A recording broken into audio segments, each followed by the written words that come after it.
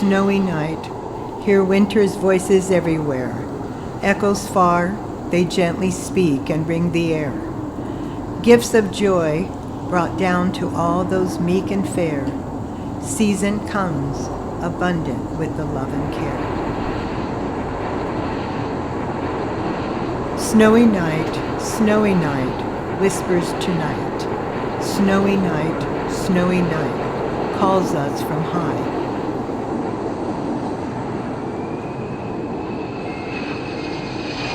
Every family has a Christmas tradition, I suppose. This is ours.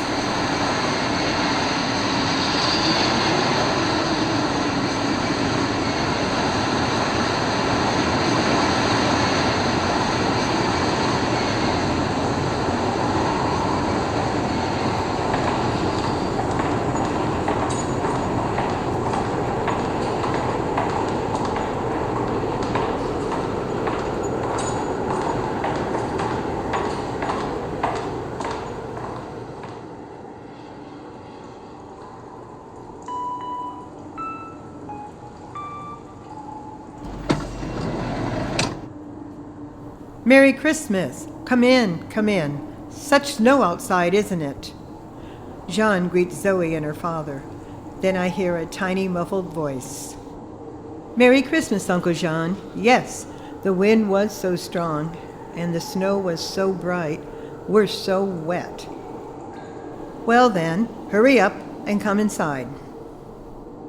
Jean lets them in, and I hear them by the door taking their gear off. I admire their energy, because I'm now just too old to go out in such weather anymore. I hear Zoe's father exchanging words with John. Something about Sector 18, the NS bothering him in his flyer, something about the consoles, and the hunting grounds near their bunker. Then I hear that tiny voice again, bright and happily, now nearby. Grandma! Grandma! Merry Christmas! Here, child, come on in. I've missed you. Such a delight for an old soul, rocking on the chair along with time. Zoe comes up to me, and I give her the biggest hug I can. Her father comes in and gives me a kiss on the cheek. Good man he is. So much to exchange. Greetings, presents, stories. All this time, Jean is busy for us three, putting away their gear, putting the kettle on the stove, setting plates with the cookies I baked. Grandma, Dragonite can dig underground now and hide there listening to my footsteps. He only comes out when he catches the right frequency. I see. Echolocation. I thought it was a she. Daddy helped me change it. I think the cognitive pattern of biological males would be more suitable for me, as a teammate, for studying patterns in the game field. Oh my, that's indeed an upgrade. Such a brilliant child, and I can barely keep up with the AIs these days. Ma'am, would you like to open a bottle for Carter? Jean asked from the kitchen. Zoe's father perks up and raises his eyebrows with a twinkle in his eye. I think he'd like that. Grandma, the Christmas carol. Of course. The child is here for me to tell her the Christmas carol. Our Christmas carol. So it begins. A night when the moon was out round and bright. Colder than yesterday, colder than time herself. So cold, in fact, that we heard the freeze around our ears, louder than our footsteps treading through the thick snow. But we didn't mind hearing it. Trust me, we never got used to the cold, but this time we were all eager, listening to what we could in the night sky. The older kids told us to. They knew. They planned it all. We could have gotten into big trouble, but we were so excited, and when the time came, we heard it. We looked out from one of the cathedral windows and saw the lights, hearing the engine. They were quite magical, you see. When you see them on the evening of the 24th of December, it's not just any hover bike.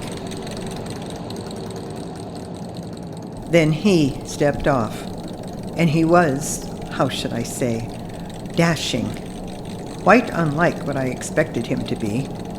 The older kids, even some of the adults, described him as old, rather heavily built, and with a white beard.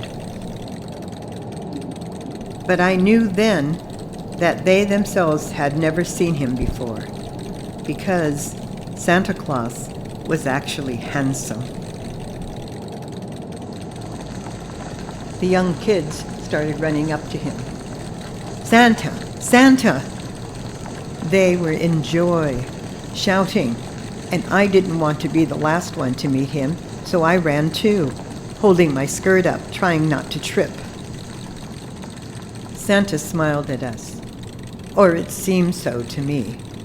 He was looking beyond at the night sky, the moon and stars, and his hover bike was lighting up his face. He was holding the bag, like they told us. I knew it. He brought something for us. And that's when I saw it. He pulled it out from under his red cloak. It was so bright, brighter than the stars. It shined.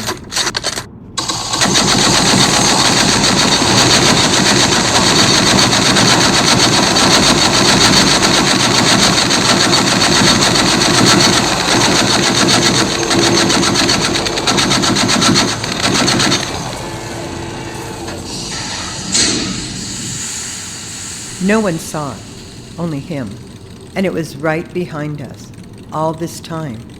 I kept quiet on the snow. Didn't know if the unit was still operative, you see, those bastards. I was starting to regret about all this, in the middle of the night in the abandoned city, and just dreading about what would happen to us if the adults found out. Then I heard the footsteps coming up to me, and I looked up.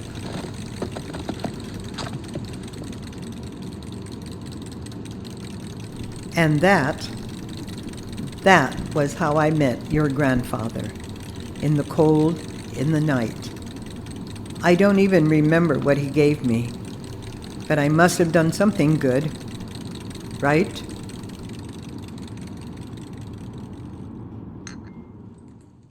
Because Santa Claus doesn't come see you if you haven't been.